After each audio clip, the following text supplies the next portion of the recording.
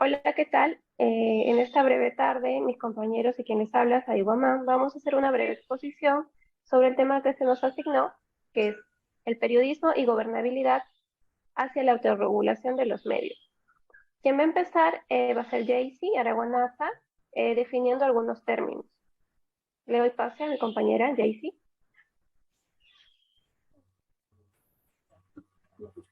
Buenas tardes, profesor. El día de hoy me tocó hablar del periodismo, ¿no? El periodismo es una actividad y un servicio necesario para cualquier sociedad, ya que proporciona a cada uno y a la sociedad en su conjunto de información necesaria para formarse con sus propias ideas y opiniones y sacar libremente sus propias conclusiones, ¿no? En este caso, según su género, la periodismo informativo, este tiene como objetivo dar a conocer la realidad a través del lenguaje objetivo y directo.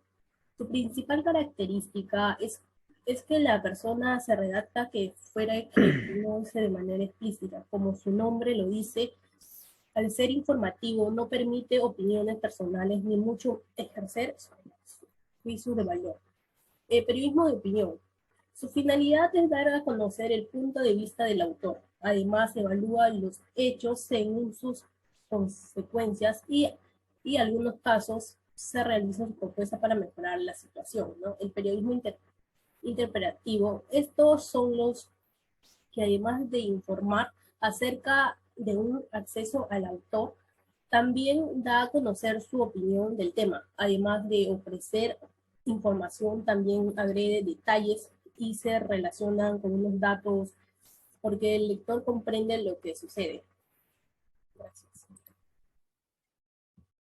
Ok, bien. Ahora continuando con otro término que es importante, el concepto de gobernabilidad. Quien lo va a conceptualizar es Andrea Alvarado. Buenas tardes. Vamos a conceptualizar el término gobernabilidad. La gobernabilidad es definida como cualquier forma de coordinación social, entendidas como fuentes primarias de construcción del orden social. Este con el objetivo de una estabilidad institucional y política y efectiva en la toma de decisiones y la administración. Este se relaciona con la continuidad de las reglas, instituciones y en el paso de consistencia e intensidad de las decisiones. Es importante recordar y mencionar que la gobernabilidad depende de la gobernanza. Por ejemplo, el nivel de madurez en una sociedad organizada y su capacidad para asumir responsabilidades compartidas en la implementación de decisiones y en el arte de gobernar correctamente.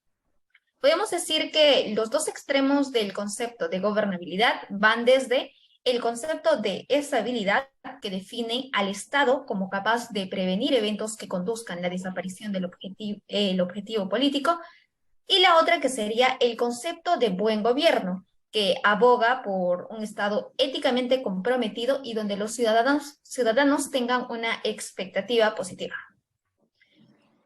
La gobernabilidad también depende de varios factores, como la aceptación y legitimación del gobierno y sus representantes por parte de la sociedad.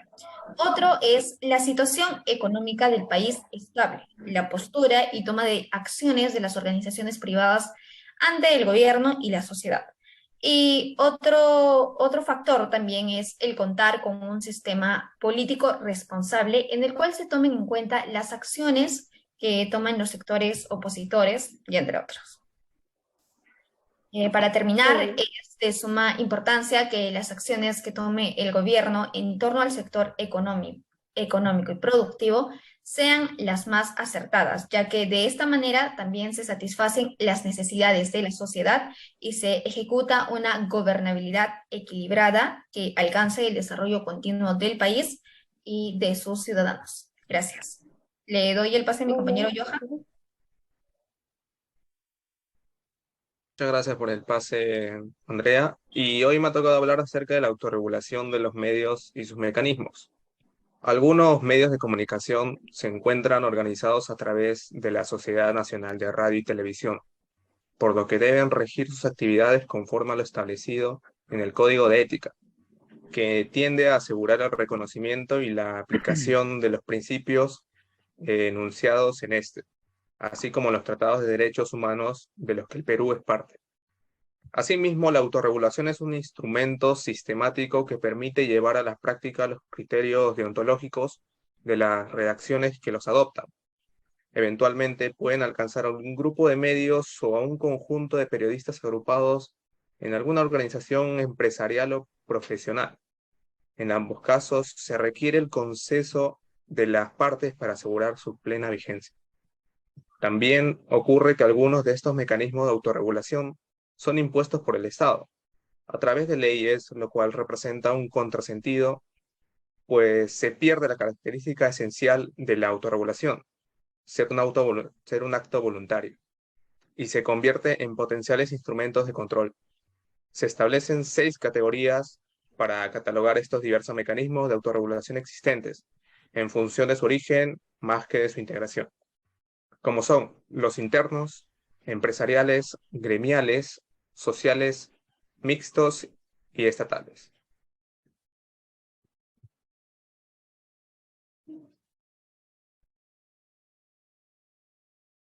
Muy bien, para seguir continuando con la conceptualización de algunos términos, tenemos a Gonzalo Luján, quien nos va a hablar un poco de lo que es censura y autocensura.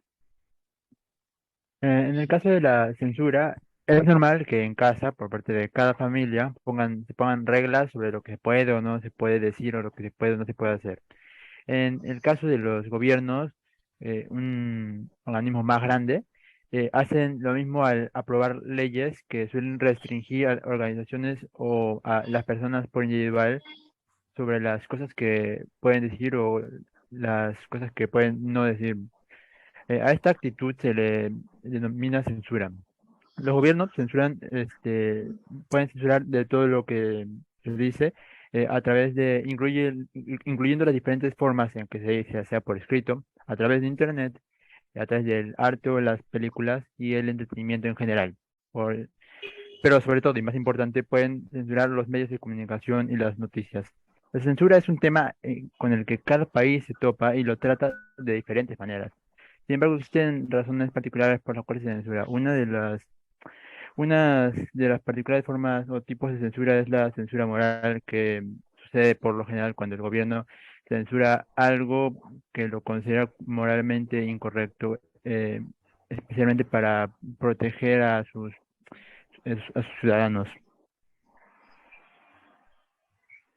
Ok, gracias Gonzalo.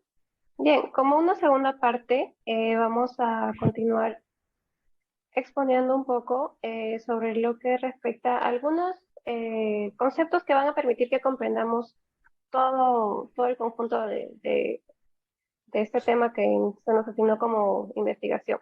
Bien, ahora en el capítulo 2 vamos a hablar de lo que es el poder de la comunicación. Nuevamente Andrea Alvarado nos va a acompañar con esta exposición. Sí, continuando, voy a hablarles ahora sobre la relación entre el poder y los medios de comunicación. Pues estas son muy directas, porque todo lo que tiene que ver con la información y la comunicación está relacionado también con el poder, la impotencia y la violencia. Como se trata de medios, la diferente posesión de los mismos significa la desigualdad. La persona que carece de medios, o más exactamente de medios de intercambio comunicativo, no puede hacerse entender. El estudio de los medios puede entenderse entonces, por consiguiente, como un campo de trabajo que aspira a una mayor precisión en la comunicación y a un conocimiento más profundo de sus causas. Los medios de comunicación han sido históricamente un gran poder político, económico, cultural y social.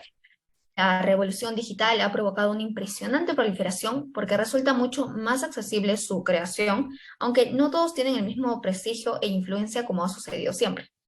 El control ha sido una obsesión tanto en las democracias como en las dictaduras. Por eso, la política, la economía, la cultura, las relaciones internacionales y otras muchísimas más actividades sociales han de adaptarse permanentemente al entorno creado por los medios. Su presencia no afecta únicamente a la esfera pública, sino que también disfrutan de un puesto de privilegio en el interior de los hogares, donde han modificado los hábitos de convivencia familiar.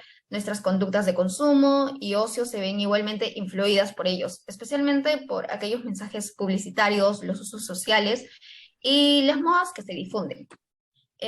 Para terminar, los medios que se presentan como un poder de influencia son los que disponen de la capacidad de seleccionar la información y los asuntos de interés que centran la atención de toda la sociedad. Muchos autores estudian el uso poco responsable que pueden llegar los medios con el fin de obtener beneficios personales.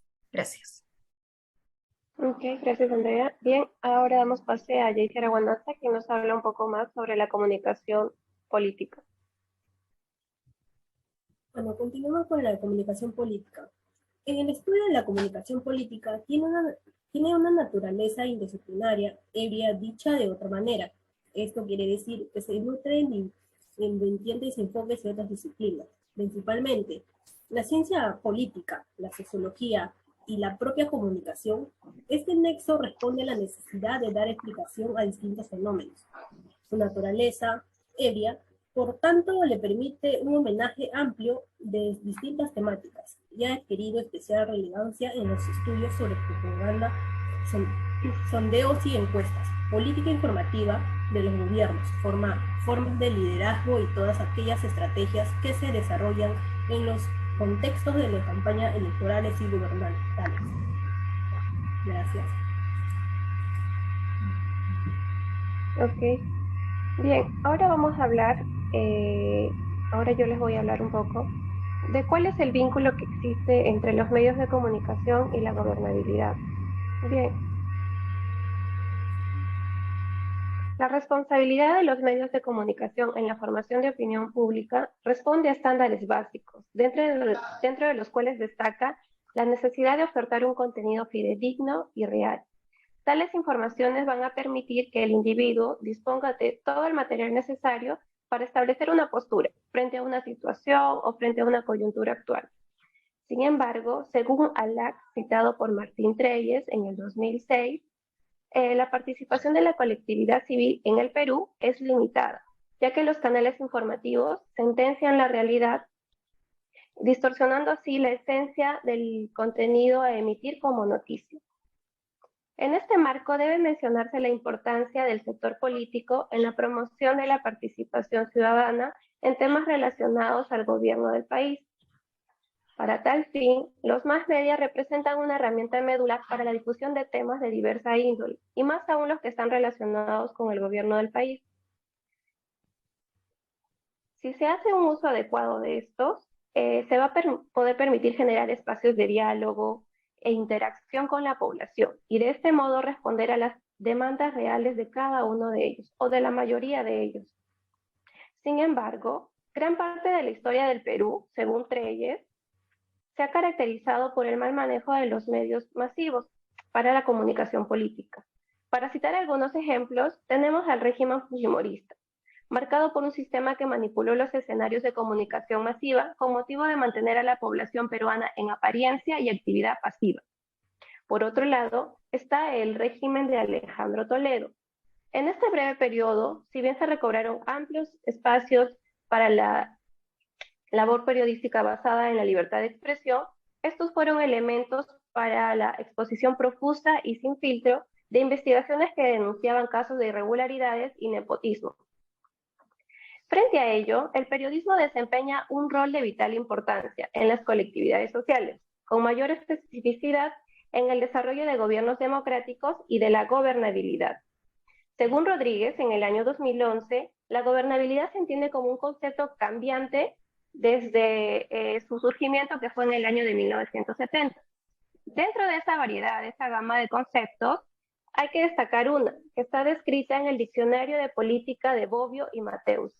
En tal escrito, establecen que la gobernabilidad es una relación de gobierno, es decir, la relación que existe entre los gobernantes y gobernados. Se rescata aquí entonces la correspondencia entre los líderes de un régimen y los ciudadanos que están implicados en dicho gobierno. Posteriormente se acuñó el término de gobernabilidad en su sentido más positivo, ¿no? Entendiéndose la gobernabilidad como una gobernabilidad democrática.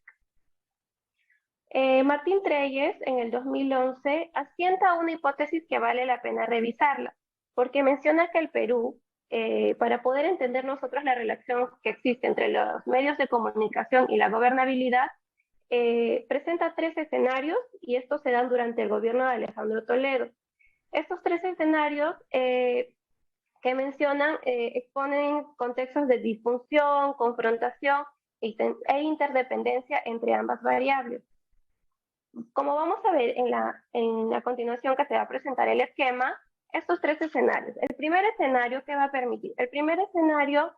menciona las disfunciones de gobernabilidad y el periodismo. Tanto el gobierno como los medios de comunicación incurren en disfunciones que hacen imposible que haya una relación favorable entre ambos componentes. Algunas de estas disfunciones que contribuyen en las situaciones de ingobernabilidad y de desinformación son aquellos actos de corrupción, de nepotismo e ineficacia en la conducción del gobierno. Y lo que respecta a los medios, está en la manipulación de la información por grupos de poder, ¿no? Pueden ser grupos de poder a nivel económico, a nivel político u otro sector. En un segundo escenario, se presenta a la confrontación por los resultados adversos. Aquí lo que se muestra o lo que busca interpretar Martín Treyes es que el escenario de confrontación se produce por cuestiones institucionales, es decir, la ausencia de canales democráticos de transparencia, así como la falta de mecanismos de autorregulación en los medios y los efectos propios del proceso comunicativo, que generan percepciones sobre el gobierno, ¿no? Cuando se habla de percepción, lo que se busca o lo que buscamos es que los medios de comunicación promuevan una percepción favorable, ¿no? Y efectos cognitivos también favorables. En este aspecto, lo que menciona Martín Treyes es que los problemas de percepción política que se producen o que pueden producir un primer encuentro de desencuentro, valga la redundancia, entre los medios de comunicación y la gobernabilidad, son aquellos pues que le quitan un perfil de confianza al gobierno, ¿no? Al sector de gobierno. Por ello es que se menciona que los medios de comunicación adquieren un papel importante en la medición del grado de aceptación que un gobernante tiene para con sus gobernados. Las encuestas miden este nivel de aprobación para en el ejercicio de gobierno. Luego, algo que también mencionan es el impacto simbólico de las demandas sociales, ¿no? Los medios de comunicación a través de los canales que tiene va a poder permitir expresar aquellas demandas sociales o lo que la población quiere, ¿no? Aquí menciona que la gobernabilidad se funda en el buen gobierno a partir de la transparencia, la legitimación de la gestión política, el cumplimiento de las demandas sociales y la institucionalidad, por lo que la gobernabilidad requiere la existencia de canales institucionales que permitan satisfacer las demandas de participación social, que es lo que se ha venido describiendo. Y como un tercer escenario y último está la interdependencia en los resultados favorables. Si hay una adecuada articulación entre los medios de comunicación y los sistemas de gobierno, se va a poder permitir, se va a poder promover una gobernabilidad democrática, que es lo que quieren todos, ¿no? Todos los países. En este tercer escenario, entonces, menciona que el estilo adversarial e inquisitivo que a veces tiene la prensa para con el gobierno, muchas veces impide la búsqueda del orden institucional, la transparencia de la gestión pública y el bien común. Por ello, es que la gobernabilidad se debe fortalecer a través de los medios democráticos, ¿no? Con los principios de transparencia y separación de poderes, y los mecanismos del periodismo para poder alcanzar un buen ejercicio profesional, donde intervienen aspectos como yo los habían explicado mis compañeros, la autorregulación de los medios. Bien, entonces este esquema nos ha permitido entender que los medios de comunicación acompañan el proceso de gobernabilidad con la finalidad de crear espacios de debate cívico en pro de la democracia y del país. Esta aseveración también fue descrita en el informe final del proyecto Agenda Perú en el año 2011. Asimismo, en el diagrama que se presentó, se recupera la relevancia que hay entre la estrecha relación entre el tratamiento de las noticias y los canales de gobierno. Según la forma de dicha relación, se van a poder obtener resultados en las colectividades sociales que puedan ser favorables o desfavorables. En este contexto, aflora el concepto de autorregulación de los medios, ya que son herramientas que facilitan el desempeño ético de los comunicadores para con su usuario, la sociedad. Bien, ahora continuando con la exposición, vamos a dar el pase a Johan Guamaní, que nos habla de la importancia de la transparencia de los medios. Muchas gracias, Adit. Y acerca de hablar sobre la importancia de la transparencia de los medios, en el punto de vista periodístico, un periodista no consciente de muy consciente de la dignidad de su profesión y de la trascendencia de su papel, como informador que ha de buscar siempre la verdad, comprenderá la necesidad de la autorregulación y estará dispuesto a rectificar voluntariamente cuando se haya equivocado. Pero, por supuesto, evitará ciertas prácticas consideradas por algunos como habilidades profesionales que son o no son, sino trapacerías indignas de un profesional de la categoría. Al mismo tiempo, se mantendrá firme en la defensa de su libertad necesaria para poder informar con la verdad, porque la libertad es presupuesto necesario, indispensable para poder ejercer dignamente la profesión en beneficio de los ciudadanos que de alguna manera depositan su confianza a quienes a ella se dedican. Del mismo modo que cuando estamos enfermos nos llamamos a cualquier amigo, por muy amigo que sea, sino al médico para obtener información veraz. Para estar enterados de lo que pasa, acudimos a los medios de comunicación, elaborados por profesionales que viven de buscar, elaborar y ofrecer información, comentar las noticias, etc. Pero es indudable que el periodista goza de una mayor margen de libertad en orden a recabar información sobre hechos que interesen al público y para poder hacerlos llegar a otro cualquier ciudadano, dedicado a otros menesteres, que confía por eso en que los profesionales de la información le harán llegar la verdad de la manera más adecuada. De la importancia de tal tarea deriva la consecuente responsabilidad social del periodista, pieza muy clave en la sociedad de nuestros días, y su deber de evitar toda suerte de presiones, amenazas y comunicaciones. Aunque no sea justo pedirle que siempre y en todo momento se comporte como un héroe desgasado de la realidad en la que vive y en la que contribuye. Ok, gracias, Johan. Bien, ahora frente a lo que se ha expuesto, es importante destacar el rol que tiene el periodista, ¿no? Tanto en su rol, en su labor profesional como en los medios de comunicación, en la gobernabilidad y en la generación de la opinión pública. Para ello vamos a dar pase a Gonzalo Luján. Gracias. En cuanto a opinión pública, se le conoce como la opinión pública cuando un gran grupo social está de acuerdo o defiende a capa y espada una misma idea o un argumento que tienen todos en común. El periodista, a la hora de hacer pública una noticia, ya sea por un periódico o por un canal de televisión, ven primero la opinión de un experto dependiendo del tema del cual estén hablando, para así darle más contexto al público que los esté viendo o leyendo.